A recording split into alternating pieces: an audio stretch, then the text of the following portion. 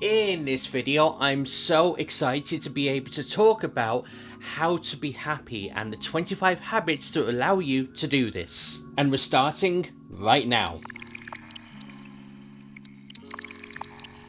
Greetings, my name is Nigel Mayo and this is my channel Salad Green Boy. If you're finding me for the first time, this channel brings out weekly content about mental well-being and I try to show you how you can improve your mental state. So with that in mind, this video is the first in a trilogy of 3 videos that is focused on the 25 habits that will make you happy. So how I'm going to be doing it is this video is going to be focused on the daily habits. Video 2 is going to be focused on weekly habits, and for video 3, monthly habits. Right, here we go. So wondering how to be happy, and yes, it is possible. Happiness looks different for everyone. For you, it might be simply being at peace with who you are, or having a network of friends who accept you unconditionally, or it might be having the freedom to pursue your deepest dreams. Regardless of your version of true happiness, living a happier and more satisfied life is actually in reach. And believe me, just a few little tweaks to your daily life and routines will help you get there.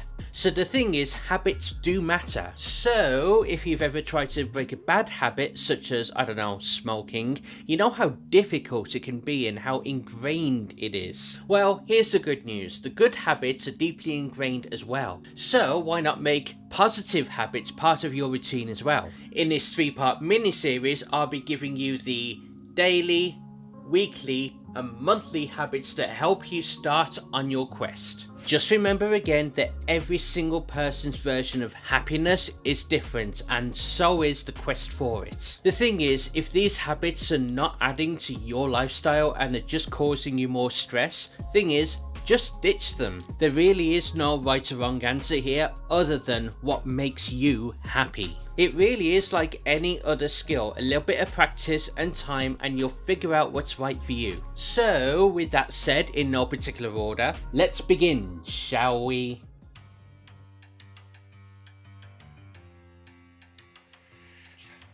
So you tend to smile when you're happy, but believe it or not, it's a two-way street. We smile because we're happy, and when we smile the brain produces dopamine, which of course makes us happier. This doesn't mean you have to walk around all day with a fake smile on your face and, well, you know, make people walk away very slowly backward from you, just like they do with me.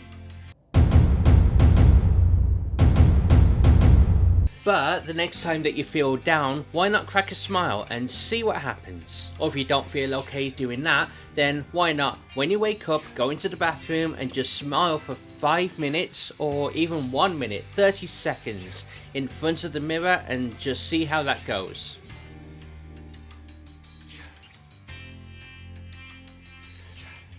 Exercise isn't just for your body. Regular exercise can help you with stress, regular feelings of anxiety, and symptoms of depression, while also at the same time boosting your self-esteem and feelings of happiness. Even a small amount of physical activity can make all of the difference. You don't exactly have to do a half marathon or scale a cliff, unless that is what makes you happy, of course. The trick is not to overexert yourself. If you throw yourself into a strenuous routine, you probably just end up frustrated and sore. So why not consider some of these exercises to start you off on the right path? Take a walk around the block every night after dinner, sign up for a beginner's class in yoga or tai chi, or start off with 5 minutes of simple stretches. The link for this is in the description. You also might want to consider activities that you used to take part in years ago that has gone by the wayside now, or even activities that you wanted to try but never got bound to it, for example like golf, bowling or even dancing.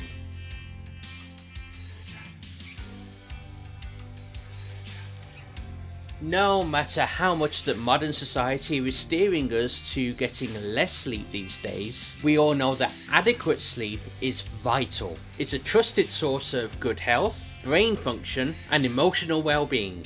Most of us need a good solid 7 to 8 hours of sleep every night. So if you find yourself during the day often that you want to take a nap and you feel like you're in a bit of a fog, or brain fog as it's actually called, it might be the case that your body is trying to tell you that you need more rest. Here are a few tips to help you build a better sleep routine. So you might try writing down how many hours of sleep that you get every night and how rested you feel the day after. So you might want to consider setting your alarm so you go to bed at the same time each night and you wake up the same time each morning. And yes, this includes weekends. Reserve the hour before bed as quiet time. Take a bath, read and do something relaxing. And also avoid heavy eating and drinking. Keep your bedroom dark, cool and quiet. Invest in some good bedding. If you do have to take a nap during the day, try and cut it down to about 20 minutes. So even after all this, if you're still having consistent problems trying to get to sleep, I'd like you to consider watching my 10-part video series, How to Get to Sleep Fast When You Have Anxiety. Hopefully there should be something in this playlist that will help you. The link is in the description below.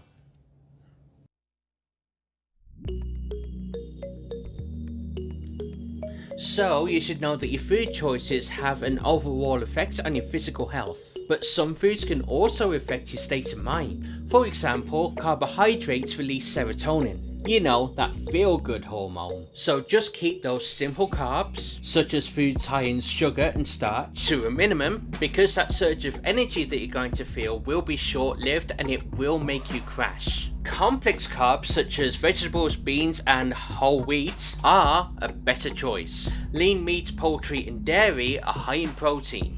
These foods release dopamine and norepinephrine, so after my 11th take I really do hope I got that pronunciation right, which is known to boost energy and concentration. And the thing is that highly processed foods and deep fried foods are going to make you feel a little bit down, and also skipping meals. You can start by making one better food choice every day. For example, you can swap that sweet breakfast pastry for something like Greek yogurt and fruits. You're still going to get that protein you need and you're also going to avoid that mid-morning crash. So when you go out for your weekly shop, try and swap one food each week.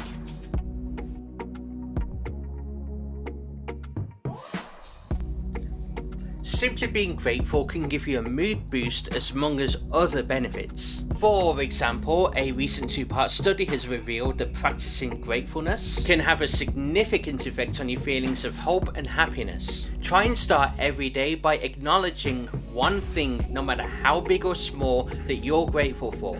You can do this while brushing your teeth, or even waiting for that 5-minute snooze alarm to go off.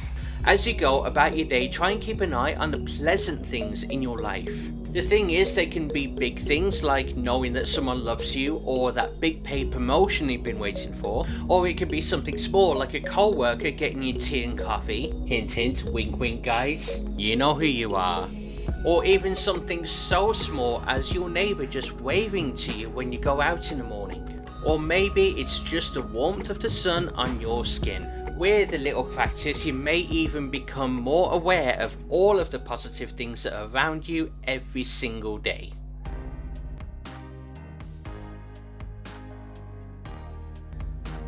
So, research has actually shown that performing acts of kindness has actually been shown to leave you more satisfied. Giving a compliment is a quick and easy way of bringing someone's mood up and making their day, while at the same time giving your own happiness a boost. So catch the person's eye and give them a smile so that they know that you mean it. It might even surprise you to see how good it makes you feel. However, if you want to give someone a compliment on their physical appearance, just make sure that you do it in a respectful way.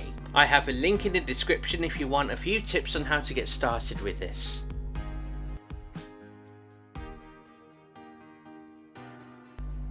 So you're tense, your shoulders might be feeling tight, and it's that one day where you feel that you might just lose it. Don't worry, we all know that feeling. So your instincts might be telling you to take a long, deep breath and calm down. And as it turns out, that instinct is a good one. According to Harvard Health, deep breathing can reduce stress. So the next time that you feel stressed or at your wit's end, try and work through these simple steps. Close your eyes and try to envision a happy memory or a beautiful place. Take a nice deep breath through your nose and slowly breathe out through your mouth. Repeat this several times until you feel that you're starting to calm down. If you're having trouble trying to take slow, deliberate breaths, try counting to 5 in your head when you inhale, and try counting to 5 again when you exhale.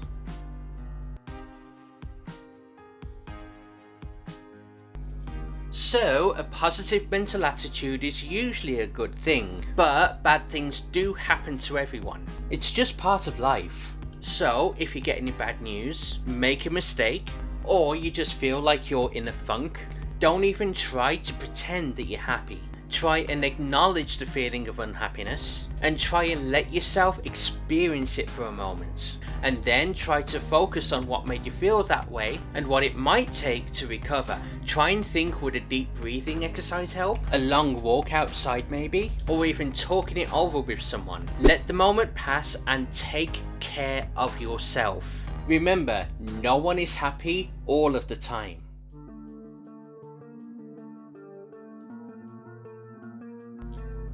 So, a journal is a good way of organising your thoughts, analysing your feelings, and making plans. And the thing is, you don't have to be a literary genius or write essays to benefit from this. It can be as simple as writing a few thoughts down before you go to bed.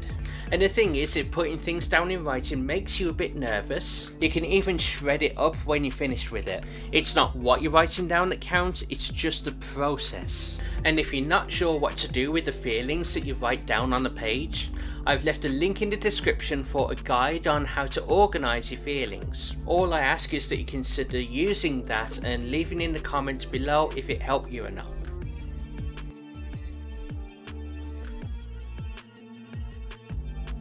Life is full of stress triggers and it's impossible to avoid all of them all of the time. And the thing is, there really is no need to.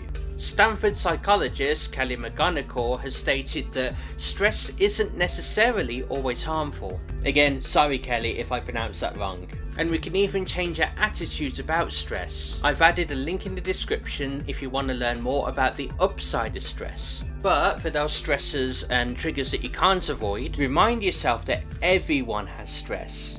And there is no reason to think that it's all on you. So instead of actually letting yourself get overwhelmed, try and meet that stressor or trigger head on. This of course might mean initiating uncomfortable conversations that you've been trying to avoid, or putting in some extra work. But the sooner that you try to tackle it, the sooner that your stomach will start to shrink. The butterflies will go away, and then you can just get on with it.